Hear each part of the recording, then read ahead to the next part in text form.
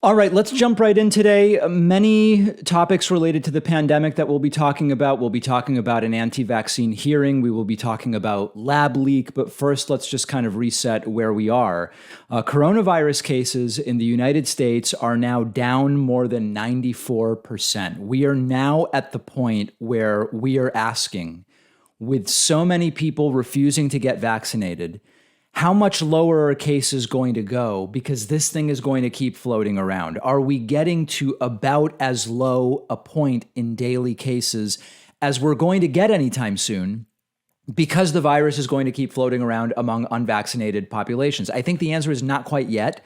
I think we'll still see a decline, but we'll know within 2 to 3 weeks. But we are down more than 94% from the case peak in roughly mid-January. Now, in terms of U.S. coronavirus deaths, we are now down more than 88% in daily deaths. Still 400 people a day are dying in the United States of coronavirus. It's still a horrible number. But when we talk about getting back to baseline risk, I believe it's around 300 people a day over a year that during the average flu season die in the United States. So we're getting very close to that baseline level of risk that we see equivalent to the flu. 400 is still high, but it is the lowest it's been during the entire pandemic. You've got to go back to March of 2020 to find death numbers this low in the United States. Now, there are many people saying, and a few emailed me, David, is this actually because of the vaccines or is this just because of the seasonality? Because if you look at cases and deaths last summer, they were just as low. And that's not at all true. So the first question is, are the premises right? And they are not. We are now at 14,000 cases per day and declining. The lowest point last summer was 22,000 cases per day, and they went all the way up to 70,000 cases per day. So it's not even close. It's not true that cases were this low last summer. Now, looking globally, cases are now down about 50%. Last week, we were down 40% from the global peak. Now we're down 50% from the global peak. Remember that the global peak was about 830,000 cases per day, an insane number. So this is already major progress, although there's still a long way to go, and many parts of the world are completely or almost completely unvaccinated. And then globally, deaths, which, as we now know, lag cases by several weeks. Global deaths are down about 34% from their peak. We still have nearly 10,000 people a day dying of COVID globally. Much of that is the unvaccinated population, but we are down from more than 14,000 deaths a day. So everything's moving in the right direction, never as quickly as we would like, but fortunately, vaccinations in the United States are starting to tick back up again after months-long decline. So we started seeing this in mid-April. Daily vaccinations peaked at roughly 3.3 million a day. That was a very good number. We were hoping to get to 3.5 or even 4 million a day. But then vaccinations started to decline and decline and decline, all the way down to under 1 million vaccinations per day. Over the last week, we were down. Last week, we had a 1-week average of 930 vaccinations per day in a country of 331 million people. It's terrible. It's pathetic. It's horrifying. And we'll talk about the anti-vax stuff in a bit. We are now starting to see a slight uptick once again, back up to about 1.1 million vaccine doses per day. So there will hopefully now be the more reluctant people who will start to realize maybe my school is going to require the vaccine.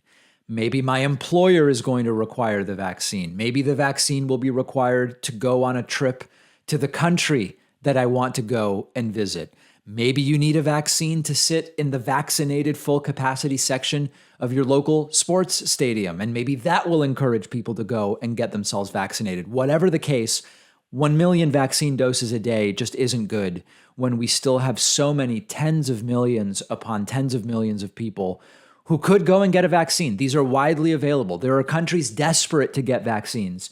We have so many, and yet 1/5 of the population by last count just isn't interested. Now, one thing that does seem like it will convince people, maybe, will be full FDA approval of the vaccines. The unvaccinated population, 1/3 of that population says, I will be going to get a vaccine once the FDA fully approves the vaccines. Remember, right now, they're approved under an emergency use authorization, not full approval.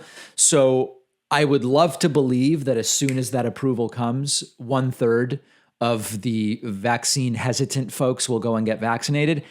I can't say I'm convinced. I think it's something that many of them are saying right now. And then once that full approval comes down, they're going to come up with something else. Now, I also just disagree with the premise of saying I'm going to wait for the full approval before going and getting vaccinated. Catching COVID in the meantime, while you wait for that full approval, is likely statistically to be way worse than the side effects you might have from the vaccine before it's fully approved. And remember, once it's fully approved, and it will be, the side effects aren't going to change. The efficacy is not going to change.